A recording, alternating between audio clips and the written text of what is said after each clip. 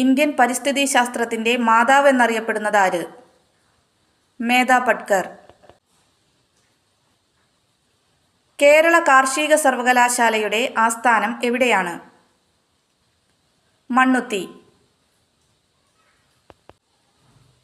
മരം മരിക്കുന്നതും മനുഷ്യൻ മരിക്കുന്നതും ഒരുപോലെ. ഇത് ആരുടെ വാക്കുകൾ? സുന്ദർലാൽ ബഹുഗുണ. കേരളത്തിൽ ആദ്യമായി പരിസ്ഥിതി ക്യാമ്പ് നടന്നത് എവിടെയാണ്? ഏഴിമല, കണ്ണൂർ, 1977. ഇന്ത്യയിലെ ആദ്യത്തെ ബയോസ്ഫിയർ റിസർവ് ഏത്? Nilgiri biosphere reserve. മണ്ണുകൊണ്ട് നിർമ്മിച്ച കേരളത്തിലെ ഏറ്റവും വലിയ ഡാം ഏത്?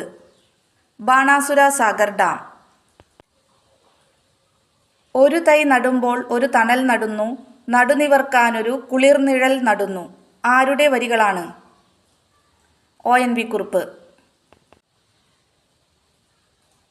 ഒറ്റക്കൊമ്പൻ കണ്ടാമൃഗങ്ങൾ കാണപ്പെടുന്ന ദേശീയ ഉദ്യാനം? Kaziranga national park, Assam. കേരളത്തിലെ പക്ഷി മനുഷ്യൻ എന്നറിയപ്പെടുന്നത് ആര്? ഇന്ദുചൂടൻ. ലോക ജൈവ വൈവിധ്യ ദിനം എന്നാണ്? മെയ് 2. ലോക ഭൗമ ദിനം എന്നാണ്? ഏപ്രിൽ 22. ലോക പർവ്വത ദിനം എന്നാണ്?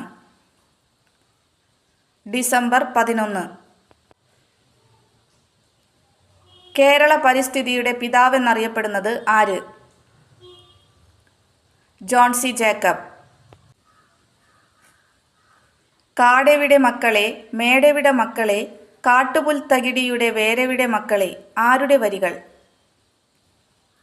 അയ്യപ്പ പണിക്കർ. ധവള വിപ്ലവത്തിൻ്റെ പിതാവ് എന്നറിയപ്പെടുന്നത് ആര്? വർഗീസ് കുര്യൻ. കേരളത്തിലെ ജൈവ ജില്ല ഏത്? കാസർഗോഡ്.